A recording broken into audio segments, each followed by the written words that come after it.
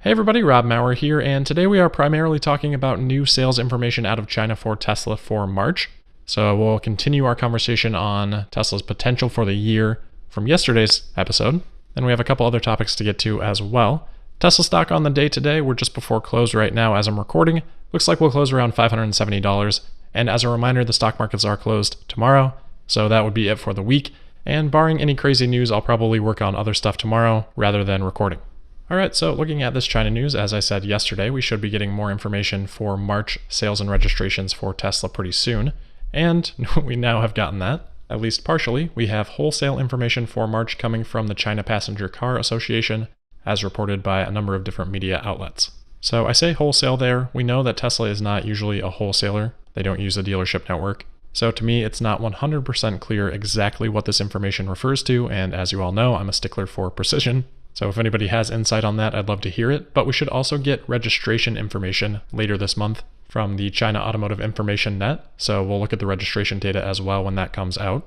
But on the wholesale numbers, Bloomberg does give us a little bit of insight here saying, quote, "Still, it's unclear how many of those vehicles were sold to customers. The wholesale figures broadly reflect the number of cars leaving the factory," end quote.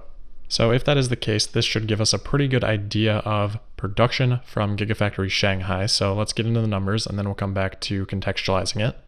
Bloomberg says that wholesale shipments climbed to 10,160 units as reported by the China Passenger Car Association. Looking back at January and February numbers from the CPCA, there are mixed reports on this from different media sites, but most commonly I'm seeing 2,600 in January and about 3,900 for March, so combining all of those would mean about 16,700 produced for the quarter. Now I'm hedging this a little bit because I don't necessarily know that all of that is coming from Tesla's production out of Gigafactory Shanghai, or if that includes any imports. But for now, based on that Bloomberg statement, I am going to assume this is out of Gigafactory Shanghai. And if we assume 10 or 11 production weeks, that would be somewhere in between 1,500 to 1,700 per week. March on its own, though, would be even more exciting because 10,160 over 4.43 weeks, which would be 31 days, would be production of about 2,300 per week. And if you remember back to yesterday's episode, the number that I used in that math as a rough estimate was about 2,250 per week for Q2.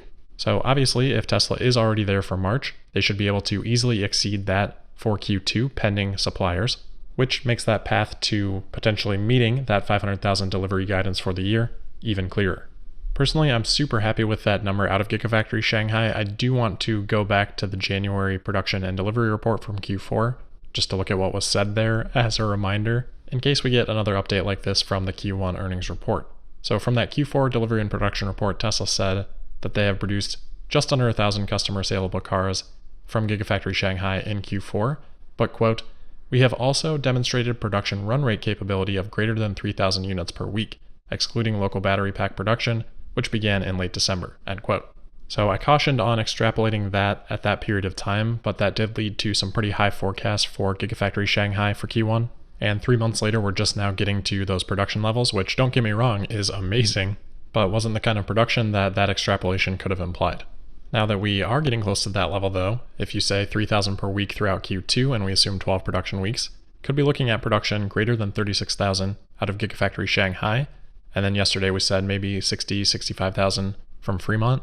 If the production restart goes smoothly, which is a huge, huge if at this point, need to emphasize that. But if it does, even with this downtime, there's a path to 100,000 units being produced in Q2 or more. We could even potentially see sequential growth in production from Q1 to Q2. The biggest question that I think people brought up in the YouTube comments yesterday was, okay, maybe Tesla gets restarted on May 4th, but what about the supply chain? If there's even one missing part, Tesla can't ship vehicles unless they can source that part from somewhere else. So while Tesla is heavily vertically integrated, yes, I do agree that that is a significant risk even if Tesla restarts on May 4th. The point of yesterday's episode was really to outline that there is still a possible path to achieving guidance for Tesla this year, which I expect Wall Street and most analysts have almost completely written off as being a possibility at this point. So I wanted to break down with the numbers why I do still believe it's a possibility. I think that's an important thing to understand as we head into the Q1 earnings report, but there's definitely no guarantee of it and there still is a ton of uncertainty. Anyway, really happy with the China numbers, and just for some added context, the CPCA also said that sales of electric cars for March were about 47,000 units, which would mean Tesla was about 21.5% of the market share here. Again, this is more of a production number than a delivery number, but assuming those cars get sold, about 21.5%. Personally, I don't really care at all about Tesla's share of the electric vehicle market. I care about the total market. That's what Tesla's going for. Their share of the EV market might be more relevant if the market was more robust and competition was more competitive, but I think we kind of all know where that's at right now. Next up today, I wanted to go through some brand awards for Tesla from Kelley Blue Book. If you're unfamiliar with Kelley Blue Book, or KBB, they've been around for 100 years and most notably are used for valuing used vehicles. And of course, that involves a lot of research and analysis. Each year they give brand awards to overall brands as well as specifically to luxury brands. And I went back through the periods of time where Tesla would have had any chance at any of these brand awards, and Tesla has never won a single award from KBB for their brand, but this year that all changed in a significant way. Tesla won 5 out of 6 brand awards for the luxury category. So KBB designated Tesla as the best overall luxury brand, the best value luxury brand, the most refined luxury brand, the best performance luxury brand, and the best styling luxury brand. The only category that Tesla did not win was the most trusted luxury brand, which went to Lexus. Tesla took those spots from last year's winners. Overall was Lexus, value was Acura, refined was Mercedes-Benz, performance and styling, both Porsche. So a lot of variety in there. From the years that I went back to, which was 2012, there was never a winner of this many specific categories for the luxury brand.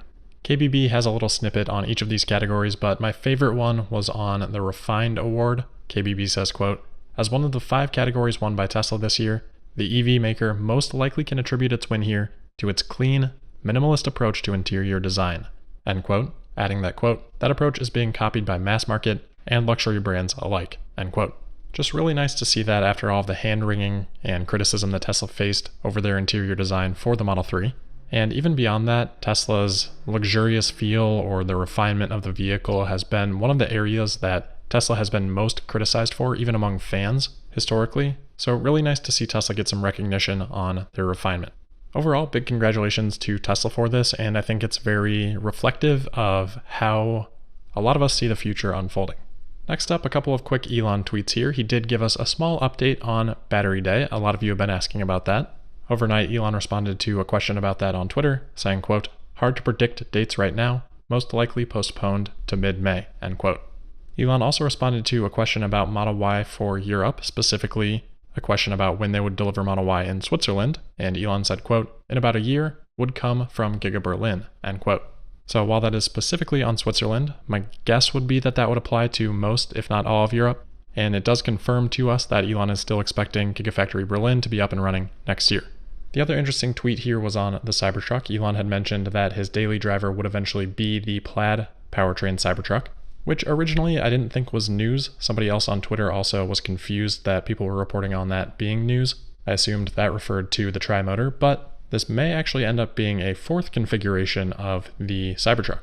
Third Row had quoted that tweet that I was mentioning, and they said, quote, "Exactly, Plaid is just the name for the triple motor drivetrain," end quote. And Elon replied to that saying, quote, "There's a bit more to it than that," end quote. So I think we've all been assuming that the crazy 500 plus mile range, less than 2.9 seconds 0 to 60 tri-motor Cybertruck would be the top of the line, but that does start at $70,000, so maybe that's not quite Plaid powertrain territory yet, and maybe Tesla actually has another configuration here up its sleeve. In other news, yesterday we got an update from Toyota as well on their production status for the US. They said that they have closed all their manufacturing facilities now until May 1st, and then, quote, "resuming production on May 4th," end quote. Obviously the same date there as Tesla, so hopefully that becomes a widespread date. Hopefully those dates are achievable. And if that is the case, hopefully that means that Tesla's supply chain would be operating relatively smoothly as well. The other macro news that I wanted to talk about today is the jobless claims. We of course got that weekly report again this morning. Initial jobless claims in the US came in this time at 6.6 million versus last week's number of about 6.9 million and Bloomberg's forecast of about 5.3 million. So that means that over the last 3 weeks, about 17 million new Americans have filed for unemployment. Last super quick thing for today, which we won't go into a ton of detail on because I am running out of time here, but we do have updated short interest for Tesla after market close today. The short interest now stands at about 19.7 million shares sold short, so that's as of March 31st, and that was actually about a 3.5 million share increase from the March 13th data. That marks the first increase that we have seen in short interest in about 6 months. That will do it for today, though. Again, with the markets closed tomorrow, I'll probably be back on Monday. But as always, thank you for listening. Don't forget to subscribe and sign up for notifications. And make sure you're following me on Twitter at Tesla Podcast. And if I don't see you tomorrow, I'll be back on Monday for the April 13th episode of Tesla Daily. Thank you.